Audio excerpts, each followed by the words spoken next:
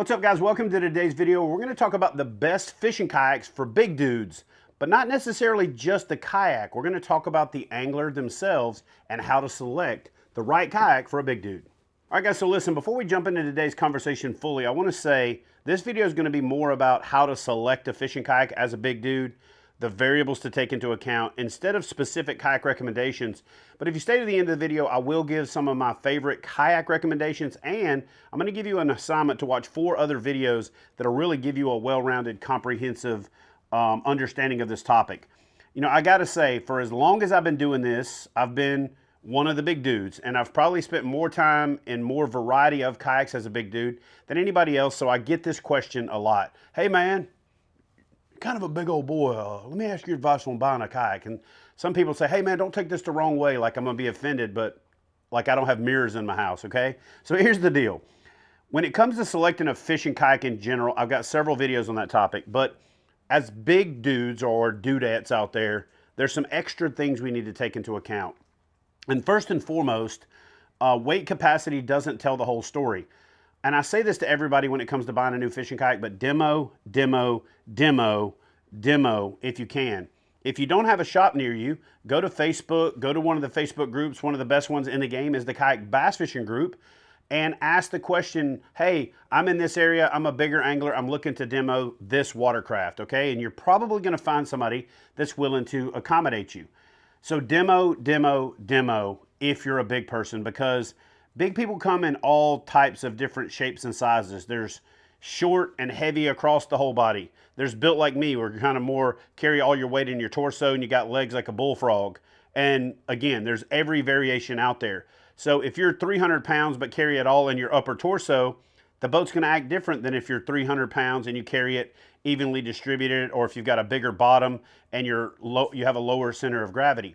Seat comfort and seat weight ratings are another thing that bigger folks really need to take into account. Some of the most popular fishing kayaks on the market have a really high weight capacity, but then when you look at the asterisk and you read the fine details, they have a lower seat capacity. And then what happens is big anglers buy these kayaks based on the weight rating alone, kind of ignore that seat rating, and then they're falling down at the boat ramp, or they're setting the hook and losing their balance and falling down in the kayak, and they're compounding their weight and having a localized impact on the boat. Then the boat ends up cracking, and then the manufacturer doesn't want to warranty it because they say you've exceeded the seat rating. So again, these are all things that I've seen happen. That's why dealer, just as important as demo if you can. And obviously if you can't, try to hook up with somebody and do a demo of the boat. If you're 5'4" and 200 pounds, the boat is going to perform differently than if you're 6'3" and 285 pounds, okay? Big dude is not one big comprehensive, we all fit into the same mold. In fact, I think boat performance is more specific to us than it is to anyone else because of our weight. Things you have to take into account is, does the seat position change so you can balance the way that the boat performs? Does the boat carry weight better if you've got a big angler in it and a lot of weight in the back, or does it carry weight better if you put a bow mount and the motor's up front, or a bow mount and then you have to run wiring all the way to the back to balance the load? So balancing the load is way more critical for us big folks than it is for anybody else out there. So that's why I say demo these boats if you can. There's a couple of other things I want to bring up when it comes to being a bigger angler and buying a boat. And one of the things you can test when you demo these is things like hull flex, okay? If you're standing on the boat and it feels like you're walking on a sponge, you're probably going to lead to premature failure of that boat, because when you stand on a boat and if the hull flexes, let's say that there's a scupper tube right here. When I push on that deck and it flexes, it's actually stretching that scupper. So every time that scupper flexes, it's developing micro cracks around the bottom. In some cases, you can reinforce those with foam, pool noodles, yoga blocks, and things like that. But you also have to consider, does the hull design of that particular kayak afford you the opportunity to do that? Now, I'm going to talk about one manufacturer in specific that has a high high weight rating, and then they've got a lower seat capacity, and one of the more popular brands out there, and that is Hobie.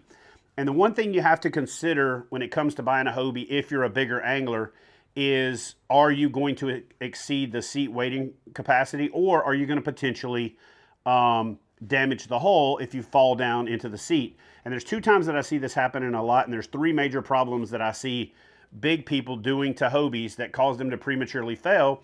And I think to a certain extent, it gives a big part of why Hobies got, some of these conversations going on about cracked hulls right now. If you look at companies like One Objective, they make these oversized feet for the seat, which is supposed to spread the force out a little bit more. And so if you're a bigger angler and you buy a boat like that, I would personally protect my investment, knowing that there's the potential for this to happen by buying a product like that, initially. Don't wait until it's cracked. They say an ounce of prevention is worth a pound of cure. Go ahead and pick up some of those oversized feet for your seat if you're anywhere near the seat capacity rating. But then there's 2 things you really want to avoid. And I see this happen a lot with big folks, and I've even seen it happen and then saw that same person on social media later on complaining about it. 1, don't fall into the seat, okay? When you're standing up, if you lose your balance, obviously it's unavoidable, but I see people just plop down into the seat.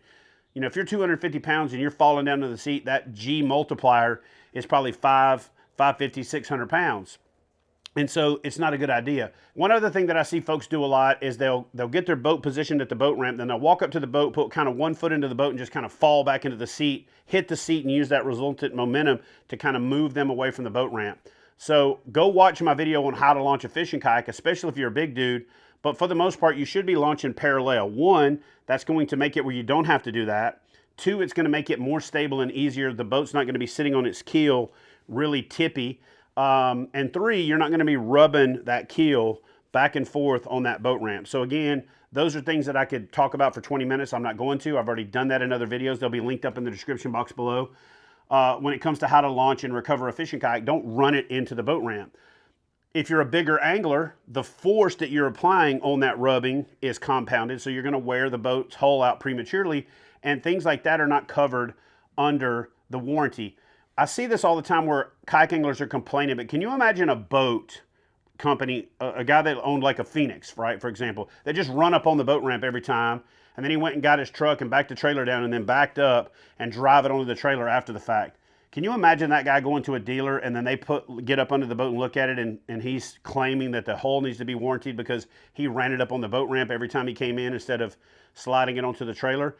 Well, as we get more into this sport and these boats get heavier and bigger and more advanced, it's a big thing for a manufacturer to warranty something that's not their fault. Their boats are not designed to be run up onto concrete and creating that rubbing effect back and forth. That thing's going to wear out very quickly and very prematurely, but then you're going to be left trying to fix it or dealing with the fact that you've got a really expensive flower bed ornament now. The next thing I want to talk about is what I call the fat boys and pedal drives dilemma, okay? If you're a fat boy, like I am, and you're sitting in a fishing kayak and you got this belly in your way, and then you got the PFD in front of it, then you try to put your feet up on the pedals. The only pedal drives that I've ever thought were comfortable were ones where, let's say that this is my hip bone, and this is my knee, and this is my ankle, where there's a nice taper or drop. If I've got to raise my legs up, that's going to force the issue with, pressurizing everything in the middle, pushing that belly up, pushing that PFD up around your head. So naturally what you're going to do is loosen the seat back up and lean back. Now, when your seat is leaned back, you're now in a half crunch. You've got your obliques flexed, you've got your calves, your quads, you've got your calves, you got everything from your heel to your head flexed because you're sitting in kind of a halfway up position.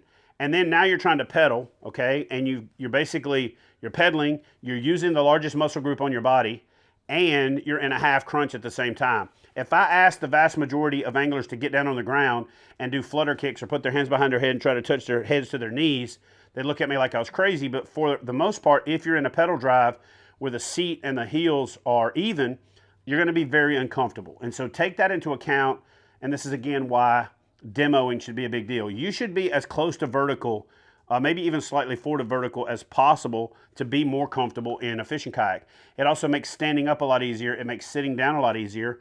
And I think that if you're a big angler, and a lot of people say I'm too big to stand up in a fishing kayak, I think that the bigger you are, the more likely you are to get uncomfortable. So therefore, it's more important that you're able to stand up. So that way, when you do stand up, you're taking some of that pressure off your back. You're able to stretch. You're getting to, stand up and get that blood flowing in your lower back, your hips, your legs, all that kind of stuff. And so you're going to prolong your comfort. One of the videos at the end of the video that I'm going to remind you guys to watch is the kayak fishing comfort video. So go watch that, where I talk about adjusting the seat and some of the things that you may not have thought about. It's even more important for us big anglers to take that into account. All right, so lastly, I'm going to reinforce this one more time before I jump into some of the specific fishing kayaks out there that I recommend. Demo, demo, demo. If you can find a dealer, find a dealer. One other major thing that I see anglers doing is looking at these boats that have the Scupper in weight rating and then the Scupper out weight rating. I get it. I understand that manufacturers are doing that. New Canoe does a good job of differentiating the two. But I firmly believe you should base your picking of the fishing kayak on the Scupper out weight rating, because that's your drain plugs. If you can only use that boat with the Scuppers in it with all your gear, and you go out on a day where there's water coming over the side, now you're adding more weight to the boat. Water's 8 pounds per gallon. You're going to increase that weight really quickly. You're going to exceed the weight rating really quickly, and you're going to put yourself in a potentially life-threatening situation. So when you do the demo, when you test the boat out, test it without the Scuppers first, and then you can test it with the Scuppers, and you kind of know what the difference is. But if you're out there and the crap starts to hit the fan and you've got to pull the Scuppers, the last thing you want to find out is that water won't vacate with your weight. So now let's jump into some boat manufacturer and even some model recommendations. You know, for years, I've thought Native's made one of the better big dude boats out there in the Propel and the Titan series, especially the new Titan X series.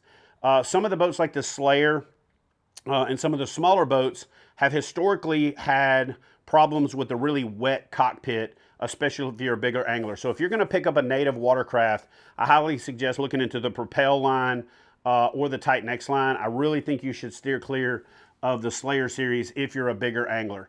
And again, demo one, try one out, and if the Slayer fits your needs, then great. This is why it's so important for bigger folks to get in boats and try them out.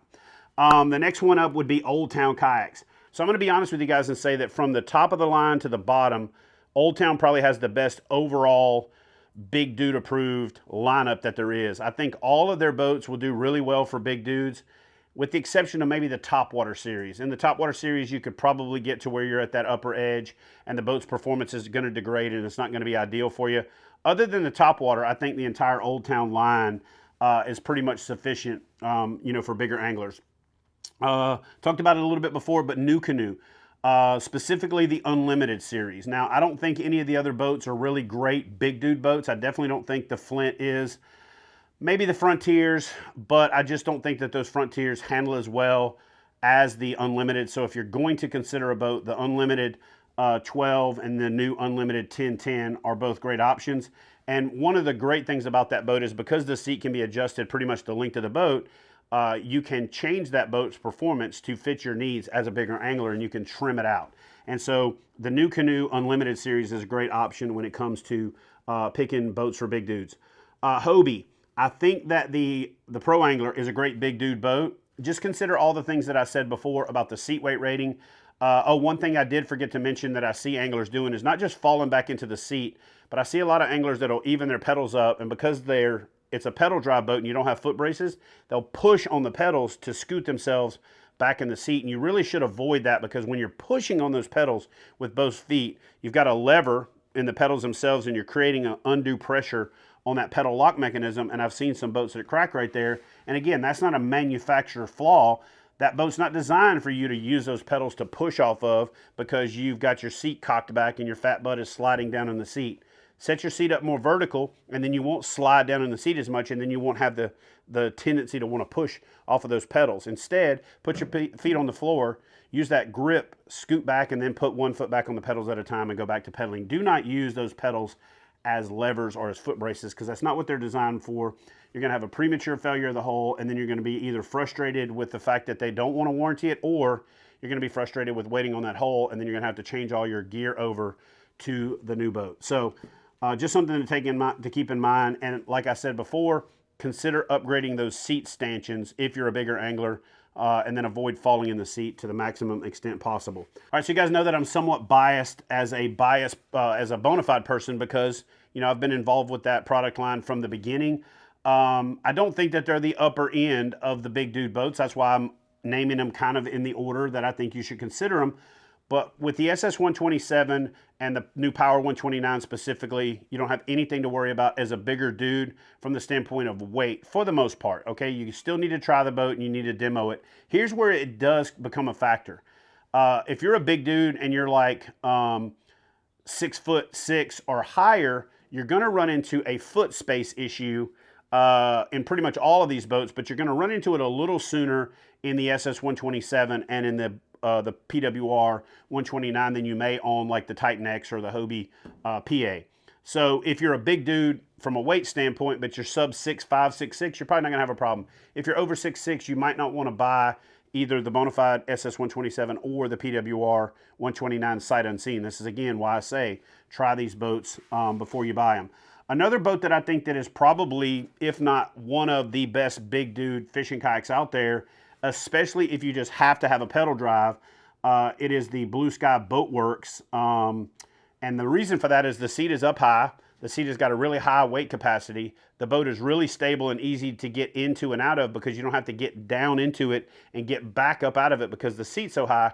And if you decide to go with the pedal drive version, you're sitting up really high and you're pedaling downhill, so you don't necessarily get into all that stuff I talked about with the seat and leaning back and your whole body being kind of flexed. And so if you have to have a pedal drive as a big dude, that might be one of the best boats out there. Now, Jackson Kayak makes a lot of great big dude fishing kayaks, and they've kind of been on again, off again with the Big Rig, which I think is one of the better big dude fishing kayaks ever. Again, on the FD side, you got to think about all the things I said with a pedal drive, and so I don't think it's at the top of the big dude list a long time ago like it used to be, because when they had the paddle version, or the paddle version and the pedal version, you could buy the pedal version and just throw a motor on it, and then that boat was a great option. I think now they've gone to nothing but the FD version, which again, Jackson, if you're listening, I think is a mistake. Bring back the regular Big Rig. I think it was a great big dude option. Slap a motor on that thing and you're gonna have all day comfort. You're gonna be able to fish, got a lot of riggability. And so I think that boat was a great option. And because now I'm not sure about it, I kind of left it till last. Now, there's gonna be 4 videos that I recommend that you guys go watch, okay? I'm gonna link them up in the description box. First and foremost, go watch my Flip Your Kayak fishing video. Now, if you ask somebody to let you demo their boat, don't go out and try to flip their kayak. But I really firmly believe that before you make a purchase as a bigger dude, you should try to flip the kayak that you're going to be fishing in, not for if you end up in the water, but for when you eventually end up in the water, because it's going to happen to you.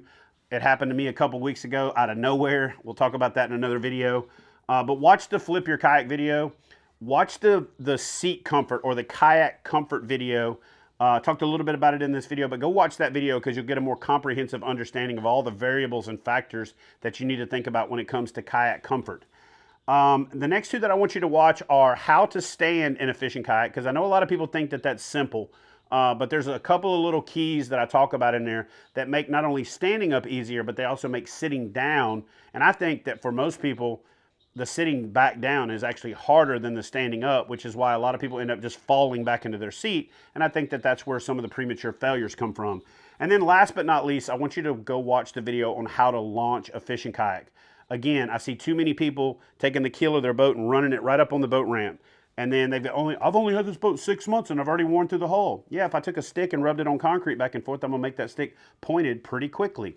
So go watch my video on how to launch a fishing kayak at a boat ramp, and I think that will really give you some insights into how to preserve the life of your boat, have more comfort. You're less likely to embarrass yourself at the boat ramp by flipping out of the kayak when you're standing on it, when it's all uneven. And I think those 4 videos right there will really help your comprehensive understanding of some of the variables that you need to take into account before you select your fishing kayak as a big dude. So guys, I hope you enjoyed this video. Again, I didn't want this video to only be about the best fishing kayaks and naming models, but more of all the variables that you need to think about if you're a big dude or a big gal trying to select a fishing kayak. I'll see you guys in the next video. Y'all do me a favor, leave me a comment in the comment section.